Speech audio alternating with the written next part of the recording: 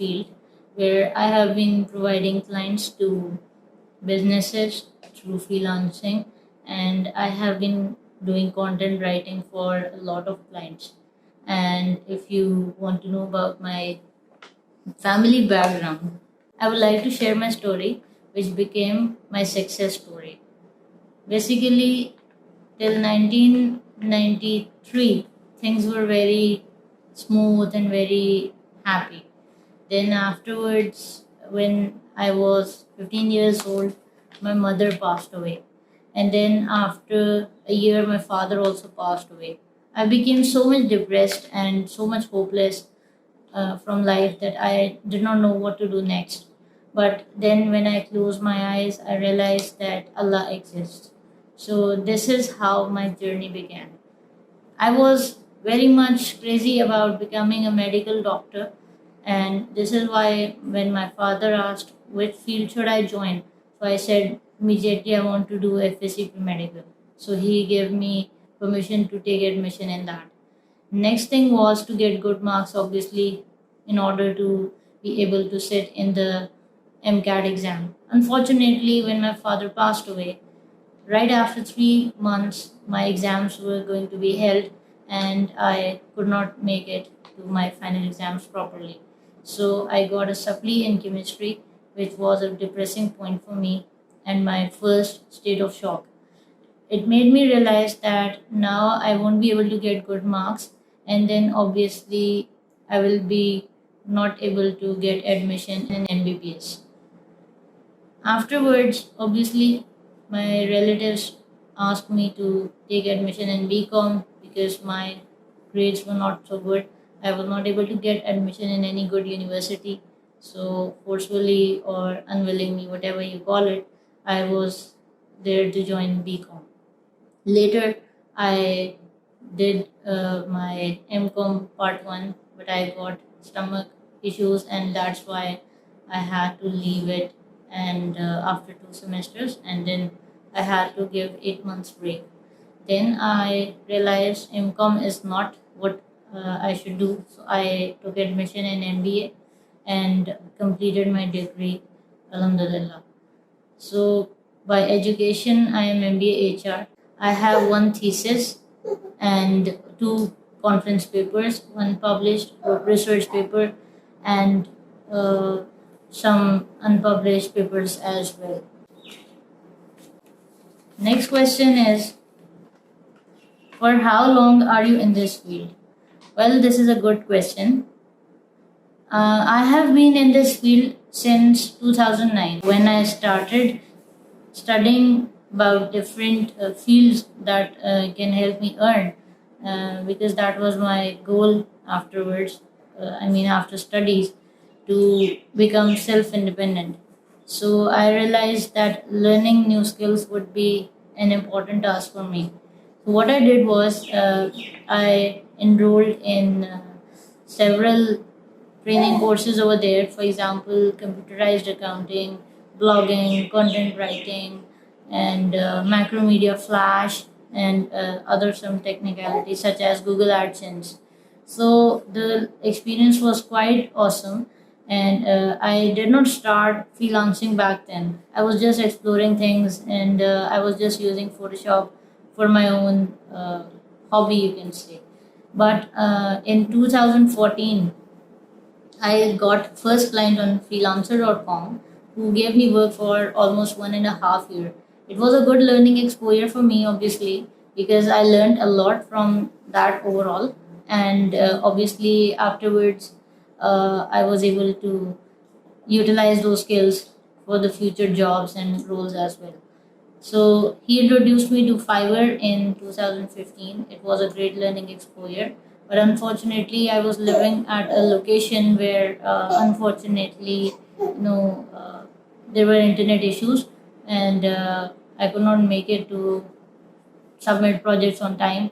this is why, unfortunately, I faced a lot of issues and lost more than $300 and also several clients. Today, I have got, alhamdulillah, a lot of clients from Facebook and LinkedIn.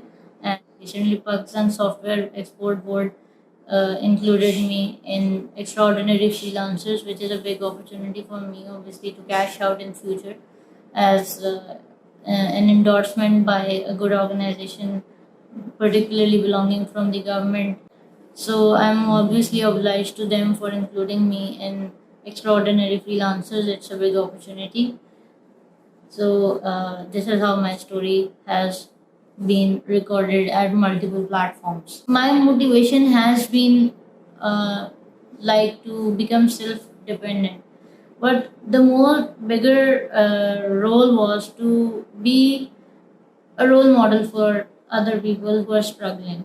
I wanted to motivate other people around who are struggling, who are hopeless, who want to find the right path and they are failing. So I want to teach to the world that with your limits, with the limitations that you are facing, you can still become a successful person, and success does not come with money.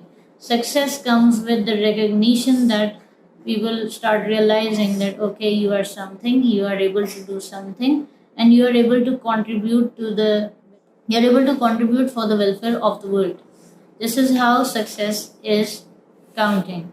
So my motivation in this sense is obviously that I want to teach other people how to earn well for their well-being. Obviously, there are a lot of women out there who are divorcees or who are widows or who are not able to get married at the right time, and or there are so many women who are facing financial crisis in their families and they want to support their fathers, their husbands, their sons, their brothers.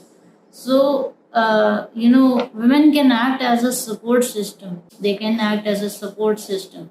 They can share the burden of their male members without disrespecting those male members. Obviously, those people are already working hard day and night. They are looking after you, your family, the people around you, and the house where you and those male members are living. But they do need a support. So when women act as a support system, there is a healthy environment at homes. People get less stressed, and overall, a healthy environment is assured. So this is how women are contributing. They are also additional bread earning people in the house. Then obviously, they are also contributing in the economy of Pakistan, which is a progressive thing to see today. If I talk about women who are sustainable income generators now. What is your great fear? Well, my great fears are very less, but there do exist so many fears. For example, most of my work is virtual. So when I try to think about having an office space, the biggest fear is when I should be joining that office, where I will be going, and is it easy to go with kids, and so on. There are so many fears going around in my mind, but I always have to think about a solution that is a kind of win-win situation for everyone around me, obviously. So I try to think about a solution where everyone should be happy, indeed, including me. So in that way, obviously, the biggest fear is the competition, because when you are launching a product or a service and it's kind of new in the market, but there are so many competition holding people who would obviously have better resources than you, better results than you, and obviously they will be outnumbering you kind of. But then when you are generating a sustainable income, so that is the point where you need to have a unique selling point. In my case, my unique selling point has been that I have always marketed a term called Mompreneur. Here I am marketing the term because I want to ensure that there should be a healthy work life balance for the females who are working in any field, whether they are going to an office whether they are doing a job, whether they are in a business, they should make sure that whatever they are doing should ensure work life balance, because it's very important for the males as well as the females. Because after all, family is the supportive system for you. So when you are not giving time to your family, then there is a time when obviously they will not be giving time to you. Why? Because they get hurt, they get upset that you are not giving time to them appropriately. And this happens with a lot of millionaires and billionaires. What they do, they spend days and nights in the quest of earning. They reject their families sometimes, or they ignore their families just to become billionaires. And what happens is that they have broken homes in their and their families are broken literally. Their sons, daughters, their wives, and likewise their husbands, their kids, their family members, parents.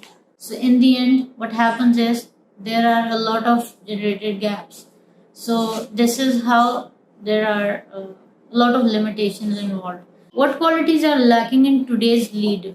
Well, I believe that today's leaders are very much negligent. Why they're negligent? Actually, they can't face fears. They get afraid that okay, they are facing a shock, then they are literally panic that okay, I don't know what to do next. I'm literally hopeless. The next factor is obviously lack of trust on other team members. Third thing is the May factor. In May factor, you say I am the best and others are the worst. So what I would say, that would be the right thing and the other people would be wrong always. This is the May factor.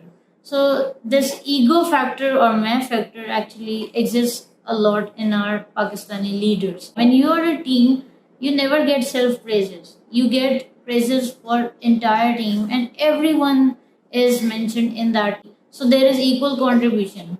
There is equal support. What are the challenges you face during while getting to this position? Actually, when I started my journey as a freelancer, when I talk about myself as a freelancer, I did fear a lot of fears. For example, my biggest fear on freelancer was I was not rated at all. So, if I talk about myself, my biggest challenges have been internet issues, timing issues, and then movability issues. So, there are a lot of things which I want to address. From where you are inspired? A lot of people have been my inspiration, obviously, because I have learned a lot from a lot of people. But if you talk about the specific names, then I would like to take the name of Sir 𝗦𝗱𝗶𝗍𝗮. He has been a lot of inspiration for me since 2015. He started teaching me how to cash out your network and how to explore people around. He started teaching me how to visit the people around and visit Arfa Tower and some other good places like that. So whenever meetups used to happen, I used to visit them and obviously I did my networking, which was always fruitful for me. So Sir 𝗦𝗱𝗶𝗮 is the first person. I have also learned from Umair Jaliawala, Kaisar Abbas, Max Babri, Sham Server, and many other names are also there. There are so many names. If I want to take them, there will be a long list, obviously. And I want to also include Marjah Qureshi, who has been my source of inspiration since 6 years, Alhamdulillah. And my mentor, Gur Sharif, who has been teaching me a lot on communication skills and motivation skills. So I have a lot of motivation providing people around, and that has always helped me, Alhamdulillah. So if you talk about from where I am inspired from these change makers. Next question is one thing that makes you proud. Well, there are so many things that make me proud, but if I talk about my recent inclusion in extraordinary freelancers of Pakistan by Pakistan Software Export Board. It's a big opportunity for me. So that, you can say, is the thing that can make me a bit proud. Though I am not proud. I am not proud at all. So this is how I am. Next question is, what problem does your business solve? Well, there are so many problems my business is trying to solve. For example, whenever you're approaching a business, they are either offering you business consultancy or separate things. So, what my business is offering is that we are a one door solution for your bulk needs. For example, starting from your company registration to your documentation, bookkeeping, and content writing, and all other needs, we are there to solve them. Like, you can literally hire us to look after your entire business. And how we are doing that? We are doing that virtually. We don't even need to physically visit you at your office space. So whatever we are doing, that is online. So whenever you want to approach me, you have to get an appointment through Calendly, obviously, and then obviously you're good to go. We will have a scheduled 15 minutes discussion. Then we are going to have further discussions, and things go forward like that. So this is how I'm working, and my process of earning is actually through advance payments. So basically, what I do is I take 50% advance payment from my clients, and they do pay me. Why? Because I have strong credibility in the market, alhamdulillah. So in that sense, obviously, they pay me and their work gets done, alhamdulillah. So basically, I am a one door solution provider for business needs, starting from your business registration to all other technicalities and operational management issues and kind of stuff like that. What are your company values?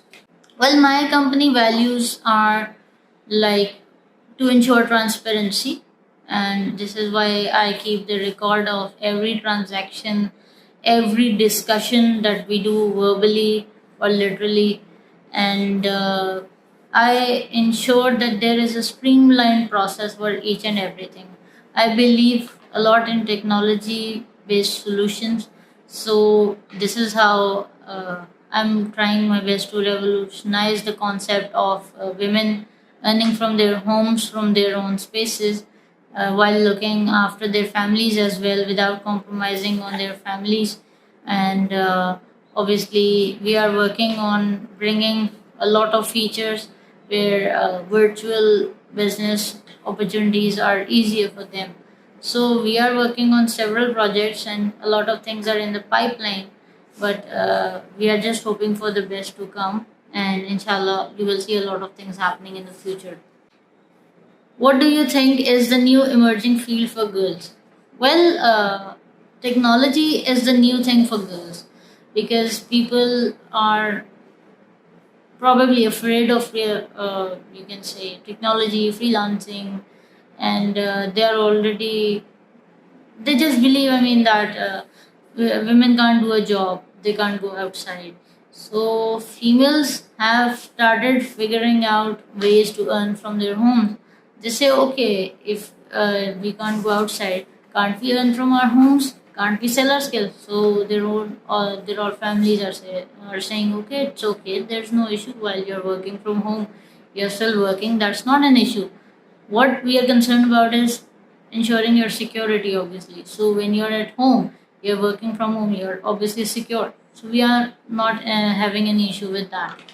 So a lot of women are in the freelancing field now, in the technology field, and obviously now they are also starting influencer marketing and affiliate marketing online for real estate, tourism, food industry, and PRship.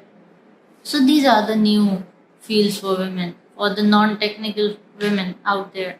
The technical women obviously are into programming, coding, and developing Android and iOS apps and websites that provide services and products.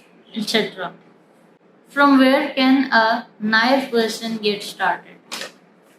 When you are literally zero, you know nothing, obviously, you have to start from somewhere. So, first suggestion that I always give is start from a free of cost blogger.com blog article. And how that happens is simply go to blogger.com, register your account through your own Gmail, and then obviously build up a small website, start writing articles over there, start gaining some audience over there, and then go to social media, start expressing yourself, start sharing your skills, learn some skills from YouTube, and develop a portfolio. So, if you talk about my research since 8+ years, I have found that if you have patience, then you have courage, and then you have a portfolio, you can demand every price that you deserve. So, that demands some time, that demands your consistency level to be maintained, and that demands being able to work hard. So if you're able to do these things, obviously no one can beat you. Any message for audience? Yes, I would say obviously that whatever you are doing, just don't be afraid of any consequences. There can be a lot of mistakes happening due to you, due to people around you, or due to the uncontrollable circumstances around you. There can be certain factors which can be, harmful for you or the people around you. So what you have to do is, whenever you're facing a challenge, just face it. So in that sense, obviously, you will be able to fight with those challenges. You will be winning, and you will become a successful person eventually. So you have to work hard on your self grooming. You have to develop the confidence, and you have to become strong. And when you are doing that, obviously, then no one can beat you ever. My closing remarks. I would like to conclude the video by saying that women need to join freelancing and online earning a lot, because we see that a lot of people around don't allow them to do jobs or to go outside to do a 9 to 5 job, and they always give the reason that the kids are getting compromised and people are facing issues. So when you are into freelancing, or when you are into an online job or online business, no one is going to stop you, because they are seeing that okay, you are already staying at home, you are already supporting your family, you are looking after it, you are also secure, the family around you is also secure. So no one is going to stop you from doing anything. And this is proven in my case as well, alhamdulillah. So when you are successful, then obviously people around you start respecting you, which is a proven case. So do that, become strong, and ignore all the naysayers around you. So only then you will be a successful person in your life. Remember, success is not dependent on money, mind you. Success is dependent on how you are, how you are tuning your brain, and how you are dealing with other people around you. Thank you so much for the interview. I hope I have answered all your questions fairly, and I did not miss anything, I hope. And may this interview be a source of inspiration for other women who are watching it. Thank you so much.